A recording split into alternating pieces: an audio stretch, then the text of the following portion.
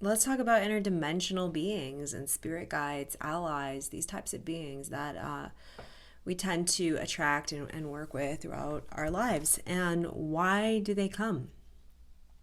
Well, a lot of us have deep seated traumas, and those stem from our childhood. And not only our childhood, but are often passed over through past lives. And we end up storing these memories in our bodies. As children, our imagination calls forth allies or spirit guides, or we could even be assigned these guides throughout different lifetimes. And our imagination is able to produce these projections or reflections of ourselves in our consciousness. And these reflections of us, say they're archangels or dragons or a spirit animal, they come to us when we're ready, and they come to us when our consciousness is truly open to receive their guidance and able to attune to them. But often we end up manifesting them because of these deep-seated traumas or these deep-seated things that happen to us in another lifetime or in this lifetime, and we're not able to receive the support from beings that are in this physical plane. So we end up manifesting these higher dimensional aspects of ourselves.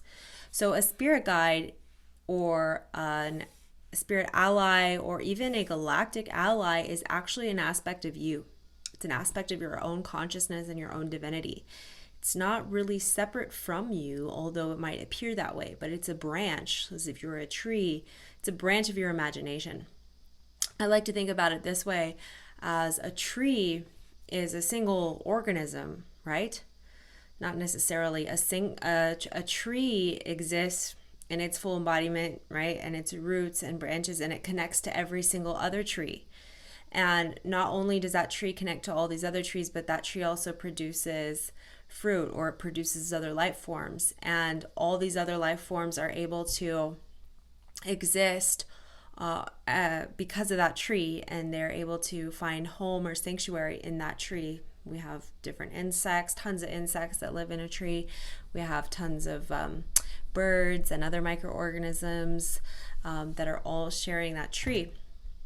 Depending what kind of tree or where it's at, you could have squirrels and other types of varmints and things living in that tree. And that tree is its own universe and its own ecosystem. So I see us like that as well. We have our source, we have our inner core, and then we have all these different various aspects of it. We have all these other life forms that we can shift into, and we have all these different aspects of our consciousness. And we can tune our consciousness to focus to any of those aspects. So our spirit guides or our higher self come to us to show us these different aspects of ourselves and of our divinity. And they're not separate from you. They're aspects of you. And that, isn't that cool? To know that you are that special and amazing and powerful, ultimately. And as we embark on our spiritual journey or discovering who we are, maybe we have these innate gifts that we developed early on that we were able to maintain since childhood. But often we lose these things because of things that happen to us. Adult programming comes in and we end up blocking our third eye. But then maybe you found plant medicine and you activate these things again in life, or you get sober, or you just are able to actually have a meditation practice that helps you to really tune in and open up to receiving this guidance from these spiritual guides or these multidimensional guides or other celestial aspects of yourself that exist in different dimensions. And it's my belief that we are existing in all dimensions at once. We might be here in the third dimension as a physical being in this physical experience, but our consciousness is unlimited, and we can move our consciousness to be in any place at any time. But that's with self-mastery. That it comes with the mastery, the development of our consciousness. So why am I sharing all of this with you today? Because I want you to tune in. I encourage you to tune in and actually get clear on who are my spirit allies, who are my guides, who wants to talk to me right now.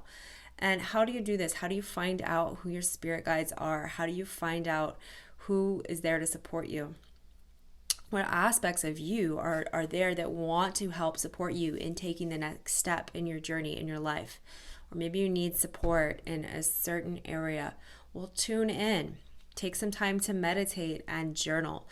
Journaling is something that really helps me to uncover communication from my guides. If I'm having a hard time going into meditation for some reason, then I will practice auto writing. And I will just sit there and write for maybe 20 minutes and start to question and start to see what things come through.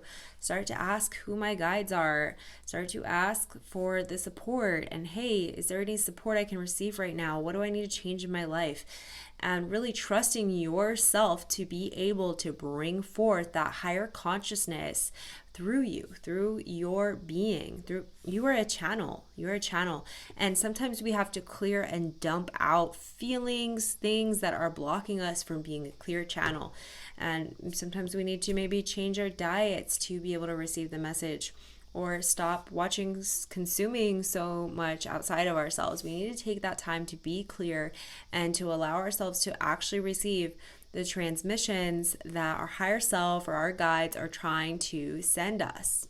And again, these aspects, these dragons or archangels or celestials, are simply aspects of you, of your consciousness that are already developed and that are coming in to help bring you guidance for your current state of reality. So I would love to know in the comments if you have some time to really drop in and tune into who your guides are and share who your guides are. Share if you received any messages from your guides, or if you're having trouble with this still, let me know in the comments, and I would love to keep helping you expand on this and how to really tune into these other aspects of your own consciousness.